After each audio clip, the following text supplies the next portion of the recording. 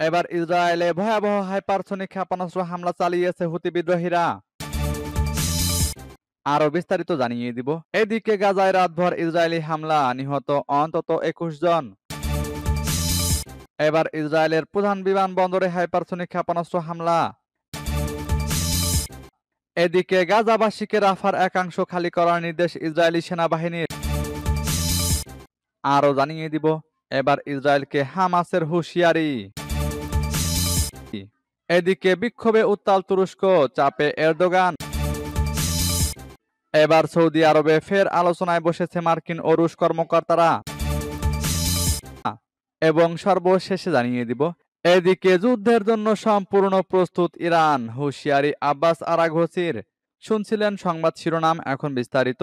তবে তার আগে অনুরোধ থাকবে এই ভিডিওতে একটি লাইক দিন এবং কমেন্টস করে জানিয়ে দিন আপনি কোন জেলা থেকে বা কোথায় থেকে আমাদের সাথে যুক্ত রয়েছেন, এবং সংবাদের সর্বশেষ গুরুত্বপূর্ণ আপডেট পেতে চ্যানেলটি সাবস্ক্রাইব করে আমাদের সঙ্গেই থাকুন। এবার ইসরায়েলে ভয়াবহ হাইপারসনিক ক্ষেপণাস্ত্র হামলা। ইসরায়েলের দখলকৃত ভূখণ্ডে হাইপারসনিক ক্ষেপণাস্ত্র হামলা চালিয়েছে ইয়েমেনি সশস্ত্র বাহিনী। এতে তেল আবিব সহ অন্যান্য শহরে সাইরেন বেজে ওঠে। রোববার ইয়েমেন থেকে ছোড়া ক্ষেপণাস্ত্র ইসরায়েলি সামরিক বাহিনী প্রতিহত করেছে বলে দাবি করেছে ইসরায়েলি টিভি চ্যানেল 12। হামলার ফলে বেন গুরিয়ন আন্তর্জাতিক বিমানবন্দরের ফ্লাইট সাময়িকভাবে স্থগিত করা হয়েছে। রোববার ইসরায়েলি গণমাধ্যমগুলোর বরাত দিয়ে ইরানি বার্তা সংস্থা ইরনা এ তথ্য জানিয়েছে। ইসরায়েলের অন্য সংবাদ মাধ্যমগুলোর প্রতিবেদনে বলা হয়েছে, এদিন ইয়েমেনি হামলার কারণে অধিকৃত আল কুদস সহ 20টিরও বেশি শহর ও বসতিতে সাইরেন বেজে উঠেছে।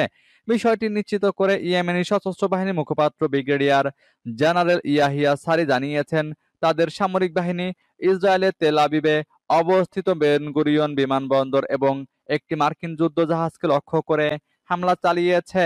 রোববার এক বিবৃতিতে ইয়েমেনি সেনাবাহিনী জানায়, তারা প্যালেস্টাইন 2 নামে একটি হাইপারসনিক ব্যালিস্টিক ক্ষেপণাস্ত্র দিয়ে বেন গুরিয়ন বিমানবন্দরে আঘাত হেনেছে।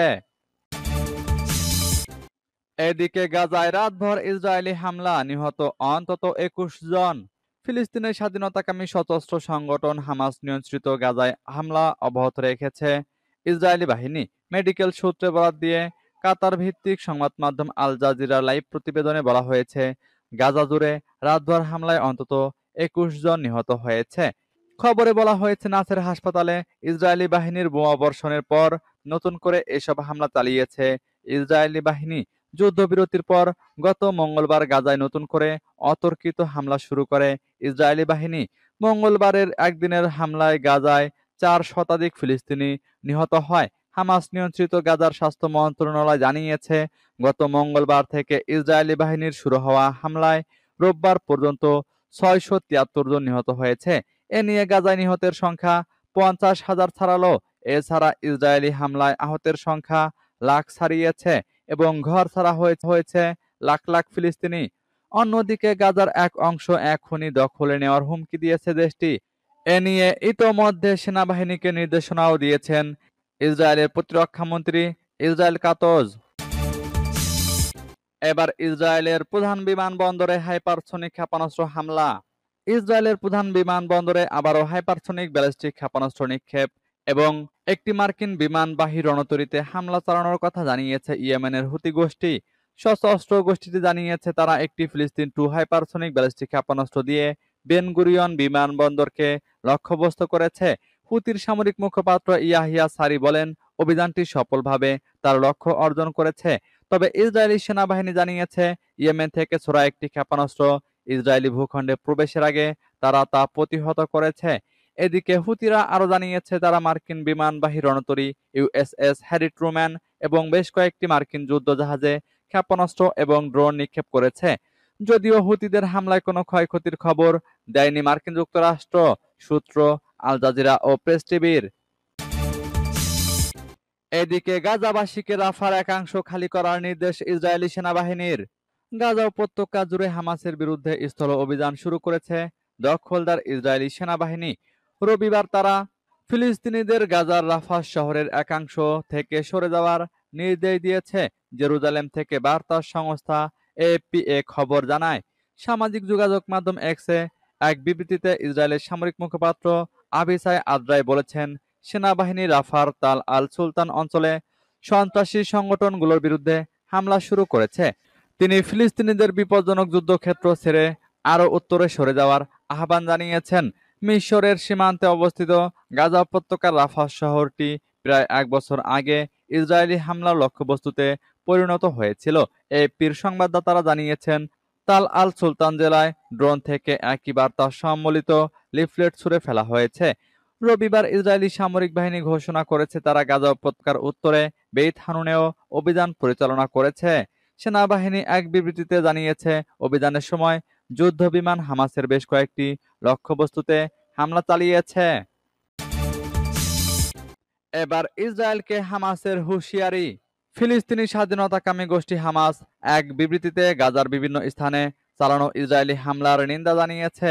ইসরায়েলি দখলদার বাহিনীকে আর কোনো নৃশংসতা না চালাতে সতর্ক করেছে তারা। তাল আল সুলতান, সৌদি পাড়া এবং রাফার বেরাকস এলাকায় ফ্যাসিবাদী দখলদার বাহিনীর নৃশংস আক্রমণ, বোমাবর্ষণের মাধ্যমে ৫০,০০০-এরও বেশি নিরস্ত্র বেসামরিক নাগরিককে অবরুদ্ধ করা, খান ইউনিসে আল মাওয়াসিতে তাদের চলমান গোলাবর্ষণ এবং চিকিৎসা দলগুলিকে লক্ষ্য করে বর্বর হামলা নথিভুক্ত যুদ্ধ অপরাধের অংশ। হামাস আরও বলেছে, ইসরায়েলি আক্রমণ গাজায় ফিলিস্তিনিদের বিরুদ্ধে তাদের গণহত্যা নীতির অংশ, যা সমস্ত আইন, রীতিনীতি এবং আন্তর্জাতিক আইন, বিশেষ করে আন্তর্জাতিক মানবিক আইন লঙ্ঘনের শামিল। হামাস গণহত্যা ও অপরাধের জন্য ইসরায়েলি বাহিনীকে সতর্ক করেছে। বিবৃতিতে বলা হয়েছে, আরব দেশ, জাতিসংঘ এবং বিশ্বের সকল শক্তিকে এই ভয়াবহ অপরাধ এবং গণহত্যা বন্ধ করার জন্য অবিলম্বে এবং গুরুতর পদক্ষেপ নিতে হবে আহ্বান জানিয়ে শেষ করা হয়েছে। সূত্র আল মায়াদিনের। এদিকে বিক্ষোভে উত্তাল তুরস্ক, চাপে এরদোগান। তুরস্কের প্রেসিডেন্ট রিসেপ তাইপ এরদোগানের প্রধান রাজনৈতিক প্রতিদ্বন্দ্বী একরেম ইমামোগলুকে আনুষ্ঠানিকভাবে গ্রেপ্তার করা হয়েছে। তার বিরুদ্ধে দুর্নীতির অভিযোগ আনা হয়। তাকে গ্রেপ্তারের ঘটনায় বিক্ষোভে উত্তাল দেশটি।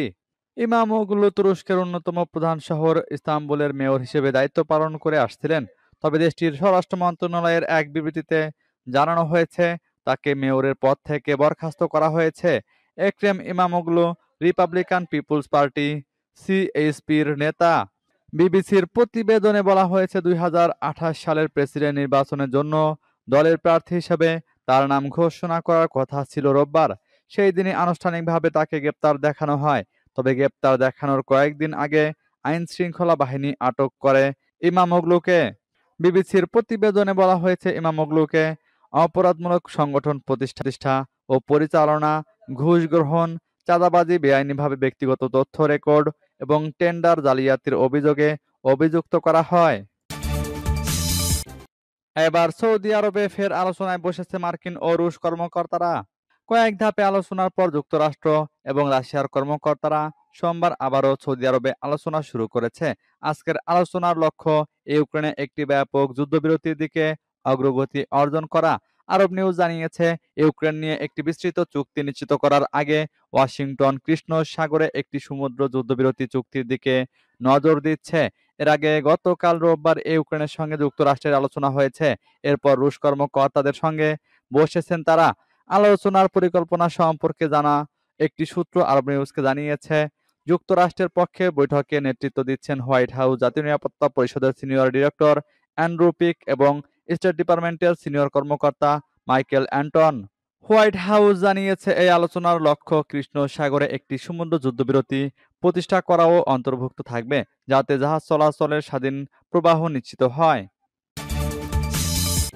এদিকে যুদ্ধের জন্য সম্পূর্ণ প্রস্তুত ইরান, হুঁশিয়ারি আব্বাস আরাগচির।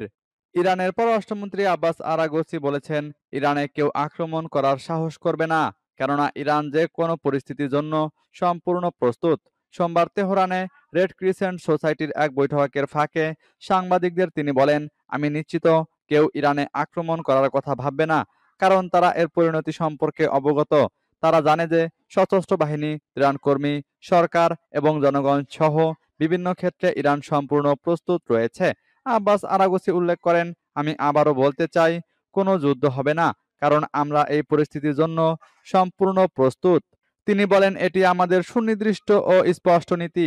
যতক্ষণ পর্যন্ত ইসলামিক প্রজাতন্ত্র ইরানের জনগণের প্রতি মার্কিন দৃষ্টিভঙ্গিতে মৌলিক পরিবর্তন না আসে, ততক্ষণ পর্যন্ত সরাসরি কোনো আলোচনা হবে না। পরোক্ষ চ্যানেলের পথ উন্মুক্ত এবং ইরান পরোক্ষ মাধ্যমে বার্তা পৌঁছে দেবে। তিনি জোর দিয়ে বলেন, আমাদের লক্ষ্য এবং উদ্দেশ্য হলো জাতীয় স্বার্থ এবং নিরাপত্তা নিশ্চিত করা। এর সাথে আমরা কখনোই আপোস করব না। তিনি আরও বলেন, বর্তমান মার্কিন নীতি, অভিযোগ ও ভয়াবহ দাবির কারণে সরাসরি আলোচনা অসম্ভব হয়ে পড়েছে।